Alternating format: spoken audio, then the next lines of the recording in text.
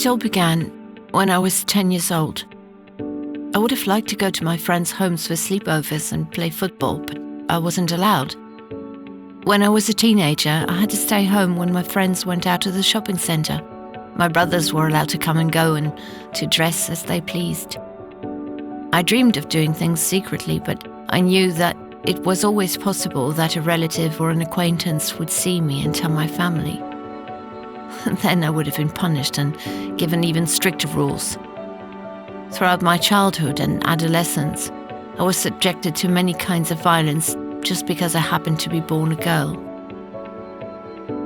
We often think of violence only as being physical, like pulling hair, hitting, or kicking. In reality, violence can be much more than that, and all kinds of violence are harmful to the victim. Psychological violence, or emotional abuse, means things like calling people names, controlling their actions, or restricting their movements. Financial violence means not letting someone have their own bank account and banking IDs, and not letting them decide for themselves how to use their own money. If someone is forced or intimidated into sexual acts, or is touched without his or her permission, or is called names because of his or her sexuality or sexual orientation, that is sexual violence. Honor-based violence differs from other kinds of violence in at least one very important way. It is community violence. The means used are much the same as those that were just mentioned, such as control, isolation, threats, name-calling, or physical harm. It can also involve a forced marriage or the prohibiting of a divorce. In the worst cases, the victim of honor-based violence dies. Often the people who do these things do not act alone. They have the support of the community or of their family. They usually do not attempt to hide the violence from their community or family, and sometimes the community may even encourage them. I was very much looking forward to being able to go somewhere else to study and to be able to move away from home, but I wasn't given permission.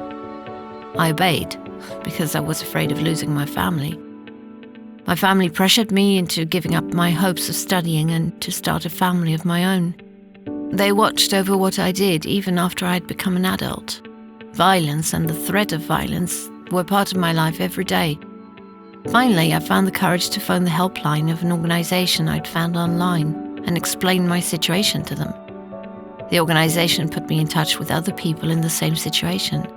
I found new friends, began to appreciate myself, and became brave enough to chase my dreams. The rights of people in Finland are protected by national legislation and international human rights treaties. These guarantee that every person has equal rights. I would like to mention two of these rights in particular. The right to bodily integrity is absolute. It means that no one may be touched against their will, whether girls, boys, men, women, or people of other genders. The right to self-determination means that everyone has the right to decide about his or her own life.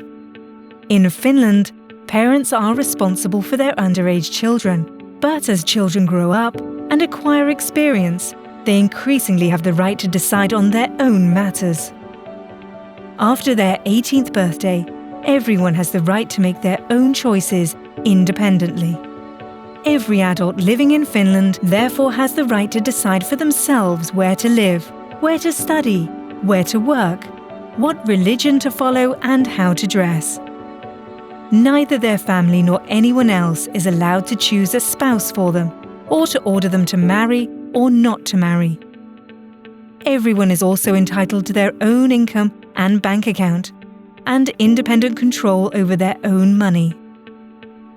Every kind of violence is a punishable offence under Finnish law.